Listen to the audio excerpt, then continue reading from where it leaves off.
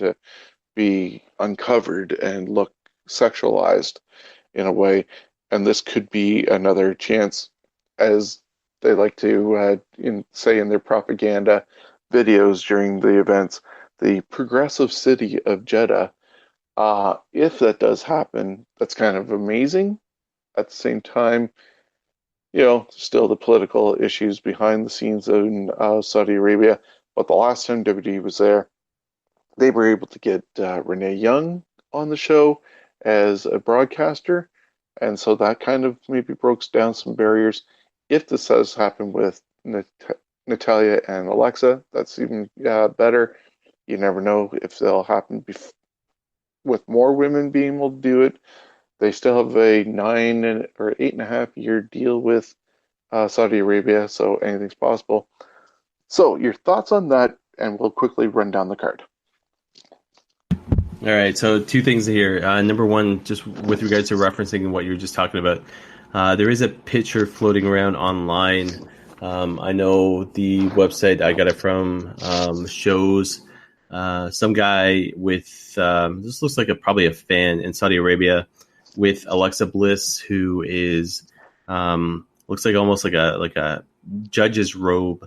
Looks like no makeup, hair pulled back. And then Natalia on the other side of this guy, and she's got, again, kind of like judge's robe type thing going on with a headscarf. So they're definitely playing the political side of things over there. Great to see, two women go over there in an attempt. I know Renee Young, I think, is over there as well. But I mean, they've got so much to tackle as far as this whole issue goes. I mean, it's a step in the right direction, and from what I've heard, they want to try to put these two in a match, but it's going to be similar to, I think it was Sasha Banks versus Alexa in the first match, where they're covered head to toe. But regardless of the case, they're trying. Like, props to WWE for trying, but to me, they're hitting a stone wall in this case. And their mentality over there is just absolutely baffles me in 2019. But anyways, I'll leave it at that. Second thought is you're talking about Sami Zayn and some of the guys that aren't going over there. Coincidentally enough, Sami Zayn is launching a fundraiser tomorrow, Friday, at 2 p.m. for Sami for Syria. Coincidentally enough, it's the exact same time that the show is happening in Saudi Arabia. So anyways, Sammy's approach to this, he's hardcore on his stance, and good for him.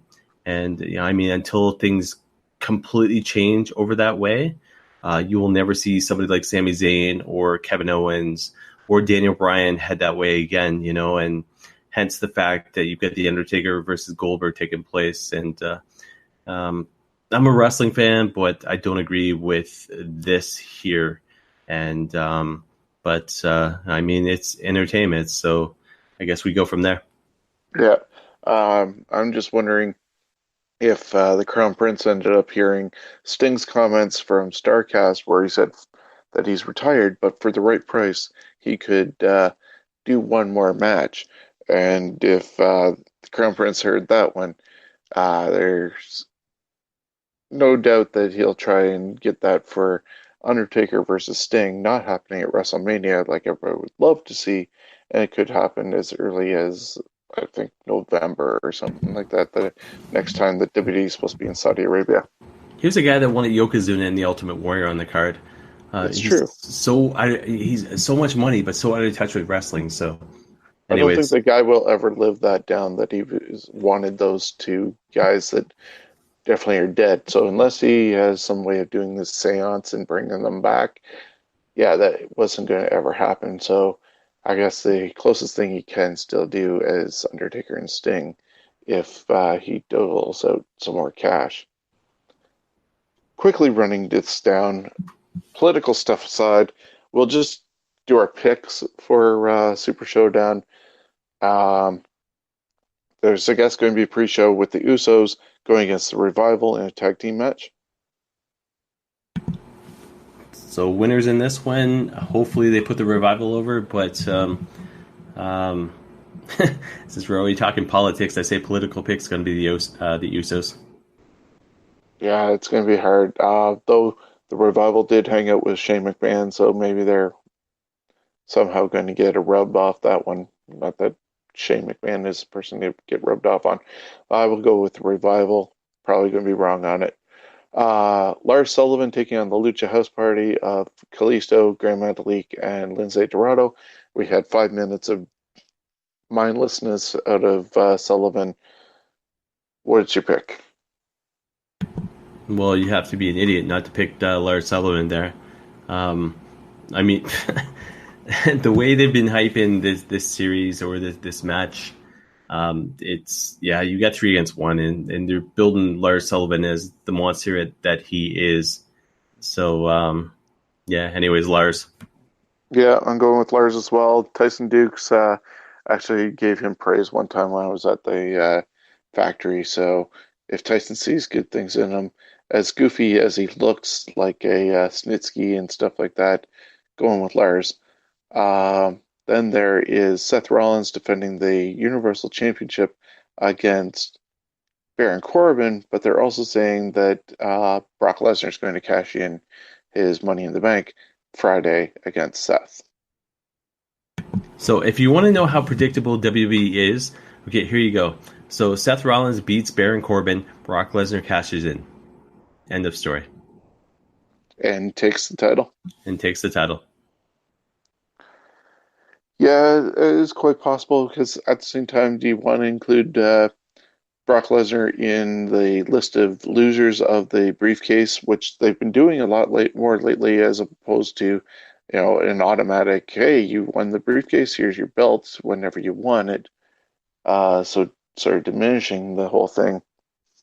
I don't know, and Brock's going to be around for a bit, so unfortunately, you could see Brock take that title, regardless of what happens with Baron Corbin and Seth Rollins.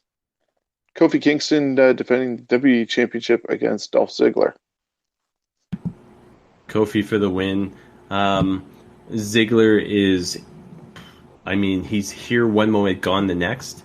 And as far as looking to build ratings from now to October, yeah, no reason in the world to put the title on Ziggler. Yeah, I like Ziggler. He's hugely talented, but they've misused him so much. And, he's here, he's gone. He says he loves the fans, hates the fans, walks away, comes back unexpectedly, wasn't supposed to be at the Royal Rumble, and poof, he's there. This is a case of the fact that Kevin Owens refused to go to Saudi Arabia on Friday, and so they needed a placeholder, and Dolph drew the short straw. It's going to be a great match between the two. They've always had good matches, but yeah, Kofi retains. Roman Reigns versus Shane McMahon. It's so in theory, Roman Reigns in this match, WWE style. I see Shane McMahon going over because obviously it looks like the feud with the Miz is over at this point. So how do you continue it? And I hate saying this because we're going to SummerSlam, but the fact is, I'm going to say Shane McMahon, and this feud continues through SummerSlam. Yeah, Shane should take it. We're going to see some interference probably with Elias and Drew still, and they'll move forward through Stomping Grounds, which I think is supposed to be uh, Roman and Drew, and lead into SummerSlam. I agree. Balor versus Andrade, and there's talk that it's going to be the Demon against Andrade for the Intercontinental title. So as much as the Demon's on the card, I think this is one of those times the Demon gets beat for the first time. So I see Andrade coming out. Yeah, it's interesting because I think only once maybe the Demon has been beat. Every other time he's uh, as the Demon has won, and it's sort of like his ultimate power type deal or He-Man type thing where he puts on the makeup and all of a sudden he's unbeatable. But Andrade, I think, could use the victory more, and Balor chasing Andrade to get the belt back could be more entertaining for Balor than what he's currently doing. Braun Strowman against Bobby Lashley.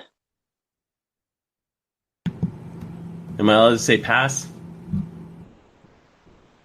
Just pick somebody. All right, Strowman. Yeah, bathroom break and Strowman. Because Bobby is kind of one of those guys who are lost in the shuffle as well. Uh, it's like might as well be having a cardboard cutout. He has zero personality compared to what he did in TNA or Impact, whatever it was. The only time he was relevant is the fact is when Leo Rush was with him. But the problem is about Leo Rush, he won't stop shooting off his mouth. So all of a sudden, next thing you know, Leo Rush gets suspended or taken off TV. And yeah, we're met with the old school Bobby Lashley, who nobody seems to give a crap about. Well, hey, it's pretty bad they put him with the president, or sorry, the Donald, uh, back at WrestleMania 23. Like they needed to put him with somewhat celebrity guy to get him over at that point in the haircut match. Um, Triple H versus Orton for the who knows how many at the time. All right, you wouldn't let me pass on the last one, so probably not going to pass on this one either. No, Jeez. Triple H, just for the fact it's Triple H. yeah, I'll go with. Well, I'll go against that. You know, Triple H did beat one member of Evolution. Randy Orton needs something.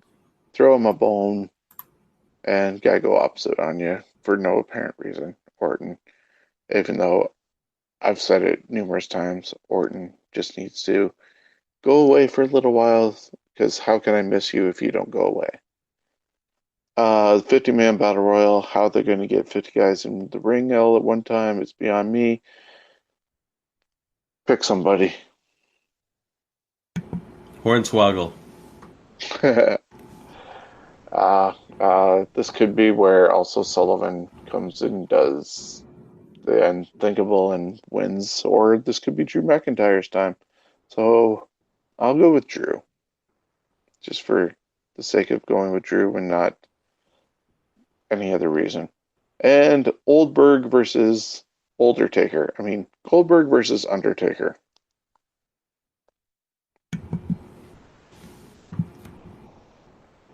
Sorry, Jeopardy music playing right now.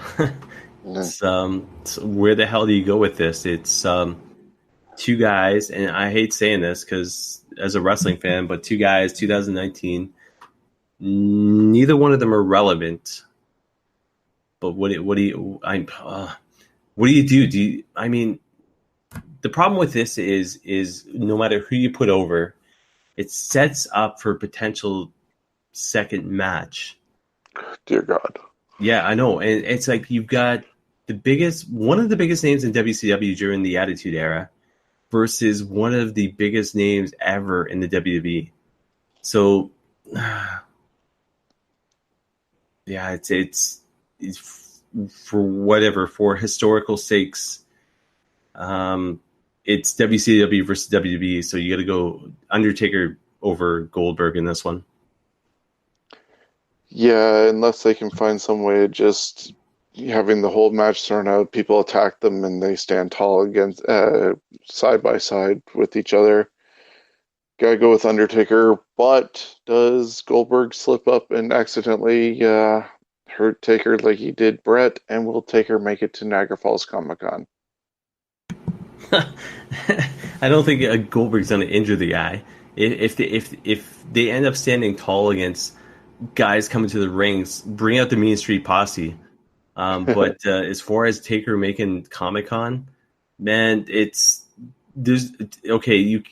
For what he's getting paid to go to Saudi Arabia, there's no that money that he's going to get from Comic Con is not relevant to him. So it's like I said to you over the weekend. The fact is, if Taker has a bad bump or is tired or misses a flight or whatever the case may be, he's not going to Niagara Falls, guaranteed. Unless Michelle McCool steps up and says, "Hey, husband, we're going to Niagara Falls this weekend, and we're going to renew our vows." That's the only way Taker's going to end up going to Niagara Falls. So I feel bad for all those fans up there, and I will be the first to be stunned if Taker makes it all the way from Saudi Arabia to do a 2-hour autograph signing in Niagara Falls. And if